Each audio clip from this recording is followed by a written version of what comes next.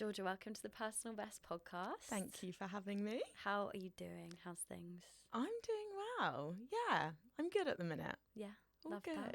It's Yeah. so funny sometimes how these podcasts come about because we met at a Gymshark workout class and We you came up did. to me and said that you'd seen the podcast, so it's just so nice.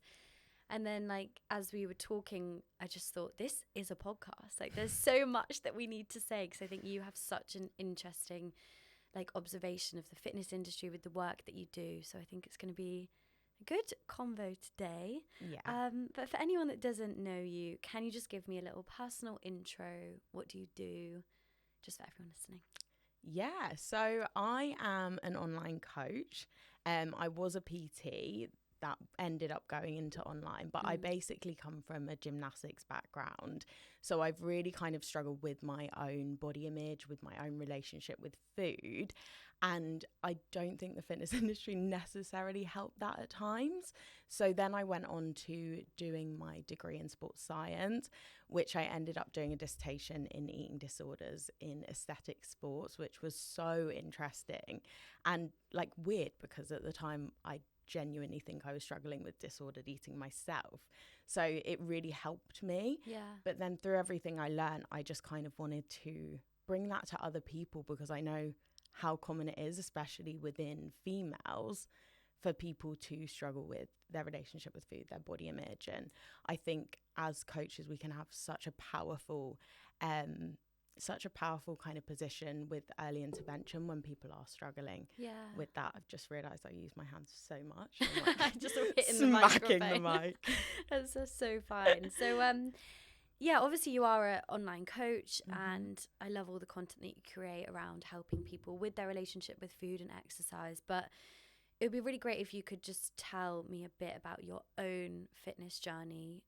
You said you did gymnastics when you were younger, and how has that journey looked for you? Yeah, so I've always been into sport. Like I started swimming from a very young age. Then I went into gymnastics, trampolining, then I cheered. So I've done like competitive sport for a lot of my life. In terms of fitness, it's a weird one. There's not like a pinpoint moment for me. I think when I was doing like trampolining and things from a very young age, I always went to the gym on the side of that. So I was very comfortable in the gym environment. But when I went to uni, I kind of went into like a bit of a difficult relationship with my body, with food. I just kind of didn't see the point in needing to be healthy when I came away from like competitive sports. Yeah. So that was when I was like, well, my personality is going to be thin. And that kind of took me down the path of, I guess, where I started in the gym, but it didn't last long because I was so fatigued because I wasn't fueling my body properly. So I think after a while, when I then realized what was happening with my relationship with food, I then started to use the gym as like a place to be strong, instead of like wanting to be small. So I guess I then started going to the gym quite consistently and like building up my calories because I wanted to get to a point where I could actually build that strength within the gym. And then I'd start seeing my strength like increase and increase. And I started feeling really empowered and powerful. And that's where it all kind of started, I guess. I mean, it's been a journey because that was like 10 years ago now. Yeah. So I've literally been going to the gym for a very long time. And things have changed in terms of my goals, like why I'm there. But yeah, I guess that's kind of where it started. Yeah, and I really love that. And I think that transition that you went through is similar to a lot of people who started working out because they wanted to be smaller and skinnier because that was the body type that they aspired to look like. And then you get to a point where you're not as healthy as you thought you would be. And so you then make the journey to be stronger. And I actually recorded a whole podcast with a girl called Imo, and it's called How to Be Stronger, Not Smaller, because I think it's something that a lot of women need to hear. But it would be really great to like dig into some of the stuff that you've gone through. And I know you've shared content around it. Recently you showed a reel of kind of you a few years ago versus now. And I know that when you were in like the depths of maybe disordered eating, that you said you were constantly fatigued, you were body checking, that can result in like hormonal imbalances, like hair loss, unable to progress in strength, anxiety around food. Like all of these things are bad symptoms of, you know, having that kind of relationship with food. So you can obviously tell me as much as you want, but how did you go from that position to where you are now? Yeah, so it's quite hard to talk about that time of my life because I think my memory of it is very, very Blurred. vague. I think that's a mixture of things, probably to do with the fact that like we need food to fuel our brains, so my cognitive function was not on form, but also like I was going out quite a lot, doing things that were definitely not good for my health, binge drinking, etc., etc. So I just wasn't in a good place health-wise. So it's understandable that I don't remember it very well. But yeah, I think this is the thing that we don't realize when, I guess, we stop fueling our bodies properly, because I literally went on MyFitnessPal and looked on the internet how to lose weight, and it told me to eat 1,200 calories. And I think at that time, I just thought I was going on a weight loss journey. Not that I needed to, but I don't think I realised what the repercussions of that would be. So I guess like it's literally been a 6-year journey of trying to get my health back, especially as women. Like we have, like our bodies are meant to carry children. So there's a lot of complex things that are happening within our hormones, within our menstrual cycle. And I guess when I was going through that period, I didn't realize how much I was damaging that. So I did, I think, lose my period. I was on contraception at the time. So I thought it was due to that. But then when it did come back, I had like an incredibly like massive breakout of hormonal acne, and for someone that until they were 24 had never had a spot on their face was a lot to deal with. But then I also was having like crazy bloating, like the water retention was mad. I had excessive hunger, so I was literally at one point probably eating like 5,000 calories a day just to feel satisfied. Like I didn't feel like that was overeating for me at the time, and it was actually what I needed because then my body did balance out. But I think I've gone well on a tangent, but what I was trying to get at there is I think I didn't realize at the time what the repercussions would be health-wise of not eating as much as I needed to.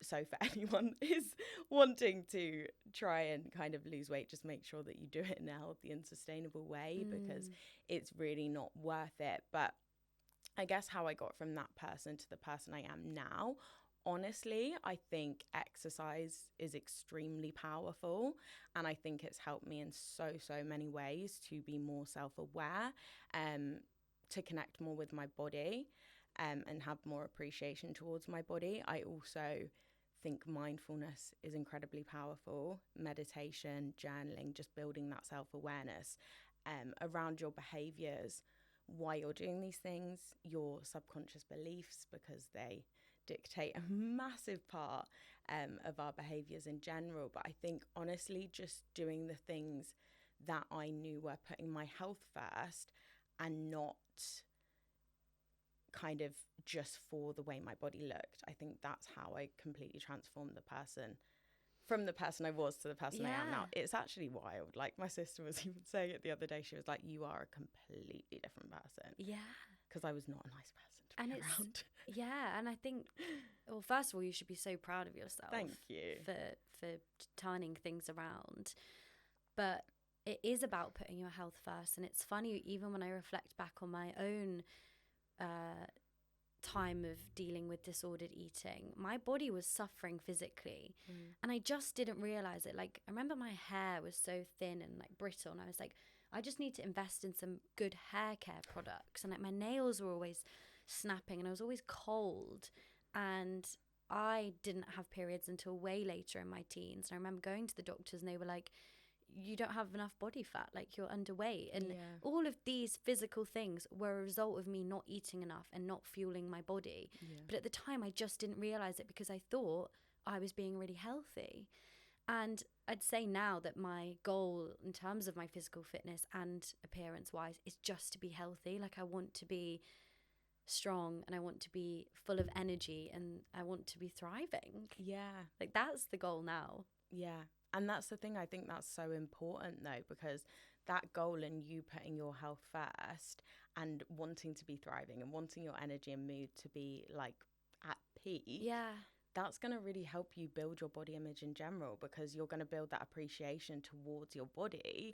Whereas when we're focusing so highly on aesthetic goals and wanting to have a lower fat percentage, we're actually going against what our body wants us to do. Like you said, the doctor said that your body fat percentage was too low to have a period. However, pictures of people with low body fat are what we glamorize on social media as health. But that's literally your body saying, I am not capable of having a baby. Yeah. Because you're too underweight and you don't have enough body fat to carry a baby. So that is a warning sign 100% that you should not be continuing down that path. Yeah. And I think that's, like I mentioned, that's what's so difficult about social media, because you look at these photos of bodies that we would tend to glorify and think are healthy, but actually you don't know what that person's going through. You don't know where their mental health's at. You don't know what their energy looks like on a day-to-day basis. So true. You don't know if they're having a healthy cycle. You don't know what their relationships are like. You don't know if they're happy. And I think that's why I really want to kind of change the fitness space to a more like holistic kind of view of things, as opposed to just look at this client's progress. That's amazing, because you don't know if that client's happy. Definitely. And that's a really good reminder for people. And I wanted to ask you a slightly broader question, and I know that you're not a researcher or anything like that, but in your opinion, from your experience, why do you think there are so many young girls and women dealing with eating disorders? I think there's a lot to it.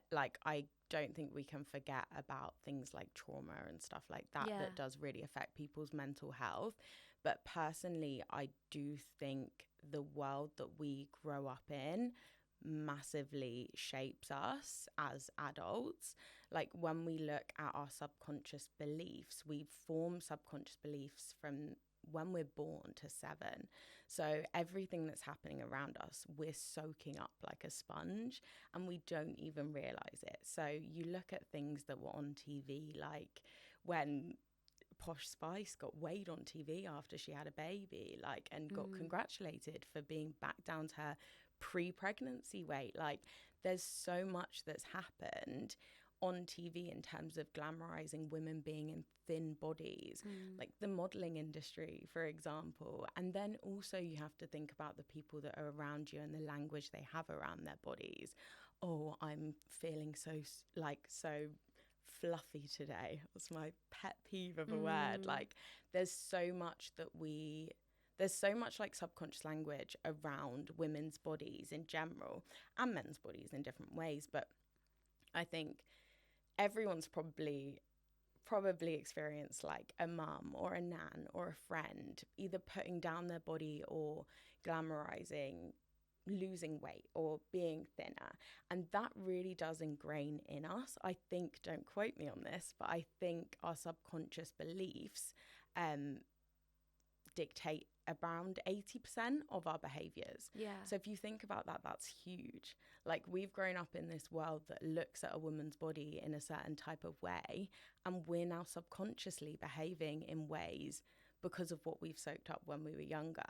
And without any self-awareness around that and really focusing on accepting ourselves internally, that's not going to change. We're just going to keep behaving in those ways. And I think that's where I kind of am really passionate about what I do, because I want to make that change, and I want to help each and every individual that works with me make that change as well. Yeah, it's so interesting. And you're right, there are so many contributing factors, and it will be different for everybody. But the fact that over 1 million people in the UK are dealing with an eating disorder right now, I feel like we need to talk about it, and we need to ask the question of why.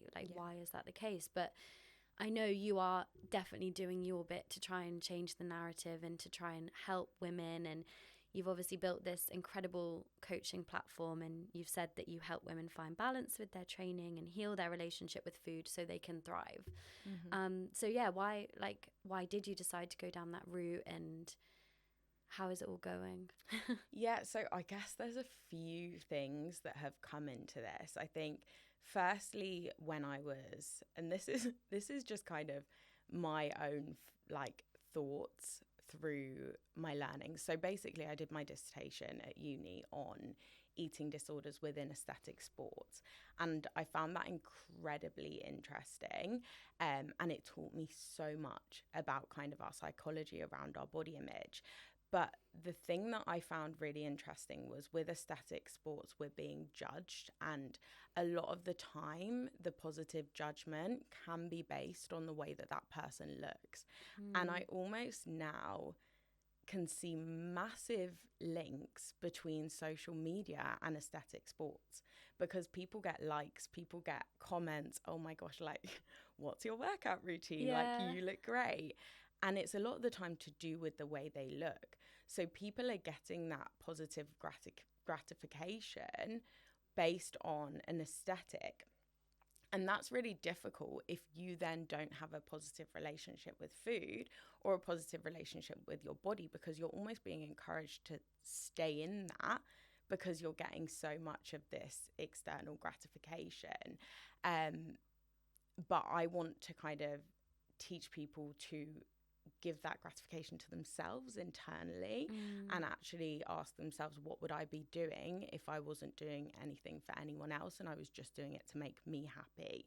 And I think that whole learning in itself from doing that dissertation, realizing how much of a link it has to the modern day and the way that we view ourselves, made me want to really kind of help other people notice that. I think then another thing would have been, I guess after uni, I went and did like completely different jobs, and I worked in an SEN school for 2 years. So people that kind of struggled with different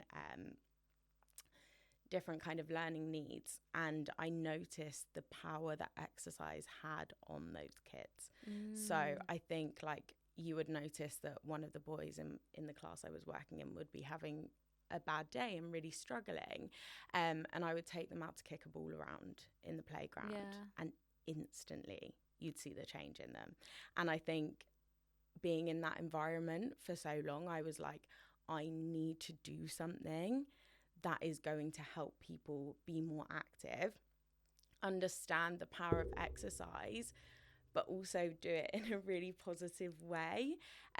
So yeah, that was a long-winded answer, but it's a all good in all, answer. I think the body image part came from like my learnings within uni, and then I think also I just firsthand saw like the incredibly positive impacts that exercise has on our mental health. Yeah, and it should be a positive thing. That's the reality. And it's funny, I feel like there's quite a few influencers that come to mind who for ages have been sharing their workouts and pictures of their body, and then they get all these comments of, you look amazing, and drop the workout routines, and then they go through this period of realizing that actually their mental health is suffering, and actually maybe they're not in the best physical shape even though they look like it, and so then they present themselves differently and their bodies have changed, but actually they're in a much better place. Like, you know, the K Fit twins? Yeah. They've been really vocal about that because they were like the picture of fitness for so long. And now they've kind of transitioned, and now they talk a lot about how they were struggling, and now they've got a much more balanced approach to health and fitness. So I think it's really, really important that we realize that. And also with the exercise thing, like, you're absolutely right, like it can have such a positive impact. And I think until somebody has incorporated fitness and living that like healthy lifestyle into their life, they don't realize it. Like, they don't know the mental benefits that come from moving your body, because we place so much focus on just how you're going to look. Yeah, 100%. And I think that's it's so weird because it's so ironic, because like when I started exercising because I wanted to look a certain way, I got to a point where I literally couldn't exercise because I was wanting to look a certain way so much that my body was not in a healthy enough place to have the energy to. And I think that's why it's so, performance goals are so powerful as well, and health goals are so powerful, because you're doing that movement, you're appreciating your body, but also it's a lifelong goal. Like if you want to get stronger, you want to get fitter, you want to get healthier, when's that going to stop? Like realistically, when is it going to stop? But if you want to get down to 55 kg and 20% body fat, you're going to hit that, and then what's going to happen? I had a previous guest say I would rather look, and it's silly to put numbers on it, but he said I'd rather look a 7 out of 10 and that be sustainable until I'm 70 than look a 10 out of 10 and it lasts one summer. 100%. I get that completely. And performance goals are so good. Like I'm now training for the half marathon, and I think about food in a way that it is fuel, and obviously it's to be enjoyed as well. But whereas previously I probably would have, I don't know, got some sort of satisfaction from not eating and doing exercise. Whereas now I'm like, well, if I have some good carbs before, I'm going to have a good workout and then I'll refuel with this meal. Yeah. And it massively helps you. And the aesthetic goals will come later down the line. 100%. You don't need to worry about that so much. But I want to talk a little bit about where you're at currently with your fitness. Because I know you shared recently that you have decided to pull out of the Manchester Marathon. And I think it's really interesting because it leads into this topic of online comparison and how much of what we're doing in terms of our fitness is for ourselves, and how much of it is because we perhaps want that external reward or like gratification from other people because we see what everyone else is doing. I wonder if you could just talk a little bit about your mindset around that. Yeah, 100%. I think I've been so sucked into this do hard things and I think it's amazing, and I do, and I fully think like you should really see what your body is capable of, but I also think there's a very fine line between hard and harm. And I think there's a point where you need to ask yourself, why am I doing this? And am I doing this for myself, or am I doing this to say that I've done it? And I know everyone jokes about, why would I even go on a run if I didn't put it on Strava? But I actually think deep that a little bit. Like think about it. Like, are you actually doing it for yourself? Like there's so many amazing forms of exercise that we can do, but I do fully think there needs to be some form of enjoyment that comes with that. And I think if you're not enjoying what you're doing, like you said, you'd rather be a 7 out of 10 instead of a 10 out of 10 and it be sustainable. Same with your exercise. You'd rather do something that you're going to sustain, and you're not going to sustain something that you fully don't enjoy. And that is not me saying that I hate running, because I don't, but I was getting to the point where I was starting to really dislike it because I felt like I had to do it. I mean, that wasn't the only element. Like I sat down and thought this through and through. I was struggling with injury. I think I have to take into account that I've been running for a year, and before that all I was doing was kind of strength training. So my body is very much not geared for long distances. Like even when you look at my sports, like I've always been a gymnast. It's like power. Like I've always done sprints, hurdles when I've done like athletics things. So I used to skip cross country all the time. I think I got roped into it once and I actually cried. And then you're going out like running for like marathon. 2 or 3 hours. I know. But I do think I probably sat down and like had a word with myself, and with kind of the injuries, I was struggling with like training around my cycle. And I think maybe that is something we should talk about, because I feel like you see so many people being able to stick to these amazing plans and these like real performance plans that are structured in a certain way, and you have to stick on week, but the way that I struggle with my periods and around my cycle, I cannot do that. It's not realistic for me. So every single month I was finding myself fall behind, and I was finding myself stressed and in pain. And I just thought like, this is really not worth it. I'm someone who usually rushes everything. I'm very much like, it needs to be done now. And that's something that I'm working on myself. Like, I have time. Yeah. Like, I don't need to do everything now. There will be time to do the marathon. Like, it's incredible that I've done a half marathon over the last year. Like, that is huge to me. It's incredible that I ran a distance of 30K. Like, that is huge to me. But sometimes it's really hard to see those things when you are consuming what everyone else is doing. And I think it comes straight back to the, like, am I doing this for external gratification, or am I doing this for myself? And I think when I asked myself that, I was like, you can do hard things. You can do high rocks. You can do turf games. Yeah. You're still training really consistently. You're still putting yourself out there to really try and help women. And I think that's one thing as well. Like, I am a full-time coach. Like, that is something that I do. And I like to put my all into my clients, and running like 3 hours on a Saturday, like, it takes away from your day, like, especially with the hour prep of like building myself up to actually go out and do it. I know. But yeah, it just got to a point where I just had to have a sit down with myself, and I literally cried for like 2 days because I was like, oh my God, you're doing things for other people. Like, stop. I don't know why I deeped it so much, but I think it was a good thing that I did. Definitely. And I think that realization is really important. And I completely agree that there is such a fine line. And you said that there's a fine line between seeing what you're capable of and pushing yourself to breaking point. Yeah. And I think it's something I'm still trying to work out a little bit, because I preach about doing hard things, but also my message is always to work with your body, not against it. And I mentioned to you that even a couple of days ago, I was meant to do my longest run of my half marathon plan.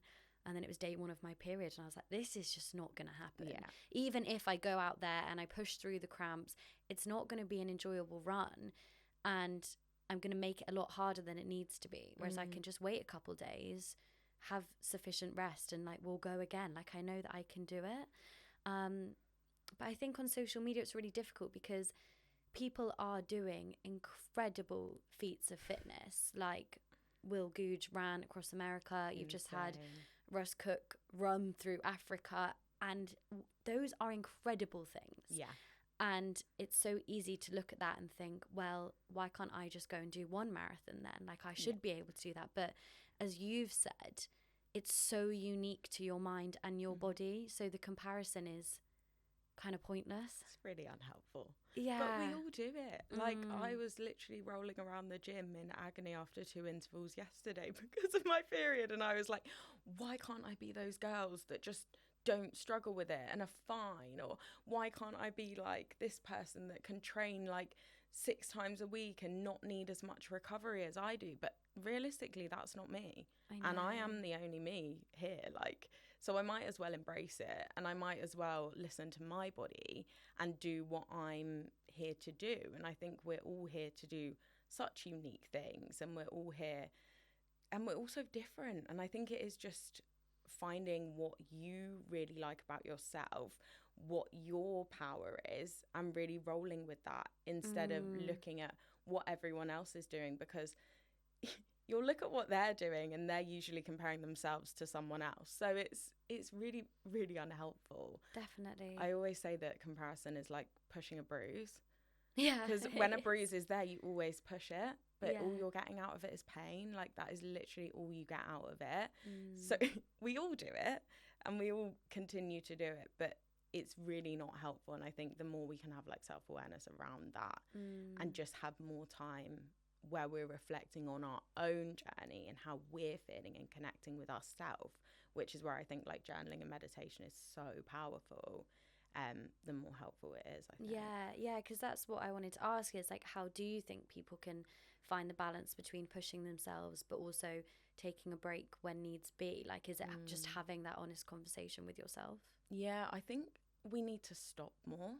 Like, I think in general, as humans, like, we're so quick to go, and we don't actually check in with ourselves and our bodies and our minds. And sometimes that means that we're pushing through injury, and we're pushing through like maybe things that aren't even injury yet, but are like a niggle, and we're pushing through them and we're just making them worse, or we're pushing through fatigue and actually we're going to get to a point of burnout. Like, if we could check in with ourselves more, and I do this with my clients and I tell them to do it every day if they can, just wake up 5 minutes earlier and just take some time to do a bit of breath work, maybe do a bit of meditation, ask yourself how you're feeling and set an intention for the day, and make that intention very pure to yourself, not to anyone else. Don't go on your phone in the morning. Don't look at your emails. Sit down with yourself and ask yourself, how am I feeling and what do I need today? And what am I going to intentionally do today to make me feel good? And I think that's a really, really powerful thing to do, and it's so simple. Yeah. It's yeah. so simple. It's an idea I've shared before on the podcast, that treat yourself like someone you're responsible for helping. And I really do that now. Like, I kind of like it. Like, I feel like I'm taking care of myself. And for instance, like after a long run and I'm just tired, I'm like, oh my gosh, okay, we're going to make some pasta and we're going to like sit and watch a program that we like and get an early night. And like, I really enjoy that now, rather than trying to like constantly push through and like work against your body when you are feeling tired and when you do need a rest, because it's so important. And someone else said to me, learn to slow down so you don't need to stop. Like, learn to take a break, because you will just suffer burnout and you will be overwhelmed. Yeah. And then you can't carry on with the things that you actually want to do. 100%. And it is like you said, it is just that slowing down and doing that little thing every day to check in with yourself and see how you're feeling. And I think also reminding ourselves that we're not going to be the same as everyone else. And sometimes you might need more time to recover than someone else would. And I think that can be difficult, again, when you see on social media, like my training split at the minute, and it's like a 5-6 day split. And actually what your body might need right now is like 3-4 workouts a week, even 2, like, and that might be what works for you, some gentle walks.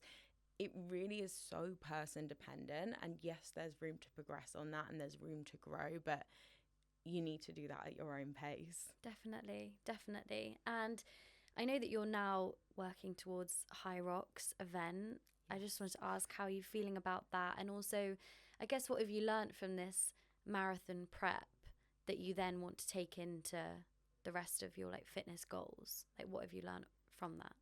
I think just to enjoy the process. Yeah. And I say this to my clients probably watching, like, say that to us all the time. Why aren't you listening to your own advice? Yeah. But it's so true. Like, I think I want to keep doing things that I'm enjoying, because I just think like life is too short to do things that you're not enjoying. And I think it's really important that we do enjoy what we're doing. So I think I will try and enjoy the process, but also listen to my body and not be too hard on myself. I am so guilty of being super hard on myself and wanting to be the best. And I think it comes from a background in competitive sport. Probably, like being told that you need to be the best all the time. Like, it is ingrained in me, but I am just trying to enjoy it. I mean, I probably should train with my partner, because that hasn't even happened yet. Yeah, because it's mixed one doubles. thing to do. Yeah. But honestly, I love the functional style of training. I'm really, really enjoying it. So I think I'm just going to try my best and remind myself that my best is all I can do. Definitely. And that's such good advice, because there will be so many people listening, I'm sure, who are trying different types of fitness, and it's so important to find something that you enjoy. And like, I'm a firm believer that there is some sort of movement out there for everybody, but it's going to be different. Some people love running, some people love yoga, some people love boxing, some people love the functional fitness, high rock stuff. But don't just do it because it's become popular and because you see everyone else doing it if you don't enjoy it. Yeah. And I also think that's going to fluctuate. Like, you might enjoy something at one point and you might enjoy something at another point. Yeah. And I think it's also, like you said, there is a type of exercise for everyone, but it's remembering that what you see everyone doing might not be the right type for you. And it made me think when you were just saying about yoga, how for some people actually doing a lot of functional training, doing a lot of high impact training is not the best thing that they could be doing, because it does put a lot of stress on our body. And I think that's what we need to remember as well when we go into these things. Like, sometimes I would have clients come into the gym and I would be like, how's your day been? And they'd be like, I'm feeling quite stressed. Let's go into the corner and do some breath work before we start. Nice. Because it's so true that I think we like exercise is amazing, yes, but it is so much stress on our bodies. So if we're coming into an exercise session up here, it's just gonna put us up here. And sometimes we do need to remember to balance that out with the things that are going to regulate our nervous system, are going to put us into that kind of rest and digest state. Because like going on a 5k, like trying to hit a 5k PB when you're in fight or flight is gonna put you even more in fight or flight. And this is a slight tangent, but I follow a girl called, I think her Instagram's J Health Stuff, and she's been very open about her experience with anxiety and panic attacks. And she said that actually at the minute doing really high intensity exercise is really damaging for her mental health, because if your heart rate gets high, her body goes into panic mode and it can induce a panic attack. And that was something I'd never even thought about. So understanding that is so important, and looking at it on an individual basis of, what do I need right now? Do I need to sweat it out, or do I need to actually take it slow and calm down and be mindful, all of that stuff. Was something that I was going to say when you said, how are you going to manage high rocks this time? I'm going to try and be calmer, because my first high rocks I did have a Oh, bless you. We don't want that. We really don't want that. I literally went out way too fast. It was late already. And then was like the first round, I was like, oh my gosh. My breath just went. And my partner Steph was like, are you having a panic attack? And I was like, I think so, but let's just keep running. Goodness. Okay, we don't want that this time. Yeah, that's the primary goal. But no, it is so true. It's like we expect everyone to be like on this base level of mental health going into like exercise. And actually sometimes the best thing for people is not to exercise. If you are in like such a high like point of stress or anxiety and you are really struggling with that, for some people, yes, it's amazing output. But actually, on some days, if that is too much for you to deal with, exercise might not be the right thing for you. And again, it just comes back to realizing that everyone is so unique and everyone needs things that are individual to them. And I know I mentioned it to you earlier, but that is why my pet peeve is blanket statements. Because it's, you should do this. This is what's going to be best for you. You should eat 120 grams of protein. You can't say that to every single person. Like, that is not what's right for them. Like, women should eat 2,000 calories. Like, well, no, not every woman, because everyone's so different. And it's the same when it comes to exercise. And it's the same when it comes to so much. Like, you look at research around nutrition, around health, around exercise. Most of the research at the end says like unique to individual variability or something like that, because we cannot say for everyone that this is going to work, whatever it is, because we're all so different. And I think that's incredible. Like, it's amazing that we're all limited edition. Exactly. Like, treat yourself like an individual. And it's so true. And I also think, I guess, when people tell you to do certain things and they do post those blanket statements, it's because there's an element of survivorship bias, or I guess success bias. And it's like, well, this has worked for me, so it must work for everyone else. And that's just not true. And sometimes you can take those pieces of advice and just let it be a bit of trial and error. Like, work out what works for you, find a routine that works for you. And like you said, that will change throughout the duration of your life as well. So much I want to talk about, so much, but I am going to try and round the podcast up. So I'll ask you the question I ask everybody, which is, if you had to give a piece of advice, or you can share a quote or a mantra to help people achieve their personal best, what would it be? Oh gosh, I feel like I've got two. You can share two? Yeah, it's fine. They're very similar. Okay. I'd say stay in your own lane, because it's really important that you do what's right for you and don't focus too solely on what everyone is doing around you. And then it's kind of very the same, but do it for you. Like, do it for you. Don't do it for anyone else. Just do it for you. And I think like we've spoken about so much, we're so guilty of letting what everyone else is doing affect us. But sometimes you just need to sit on your own and just say, if there was no one around me right now, if there was no social media, if I was just here in a room on my own, what would I do that would truly make me happy? And I think that can be really, really powerful sometimes. Definitely. And that ties in so nicely with the idea of what this podcast is. Like, it's called the Personal Best podcast. Like, it's personal to you, and everybody's best version of themselves looks completely different. And I think, yeah, really sitting with yourself sometimes and working out what you actually want to do is so important. So I love that message. Thank you so much. You're so and welcome. Thanks so much for this conversation today. I feel like it's really needed, because as much as, yeah, I love to preach that people can do hard things, it's so important to also realize that we need to cut ourselves a bit of slack, and that we're trying our best. And especially having this conversation like woman to woman, like, it's so nice to explore those types of topics that are unique to women as well. So thank you so much. Where can people go if they want to find you online, check out about coaching? So my handle is ggranty fitness on everything, actually. I think so. Okay. YouTube, Instagram. I am mainly on Instagram, but then I have also got a membership app for coaching. I've also got one-to-one coaching, so that can all be found on Instagram as well, with loads of wins from my clients, loads of stories from my clients, and loads of information there. Yeah, and you've just started reposting on YouTube, is that right? I have. So there'll be lots of good videos coming. There I'm sure. will indeed. Well, thank you so much, and honestly, all the best. I think you're doing amazing stuff. Thank you. Thank you, everybody, for listening.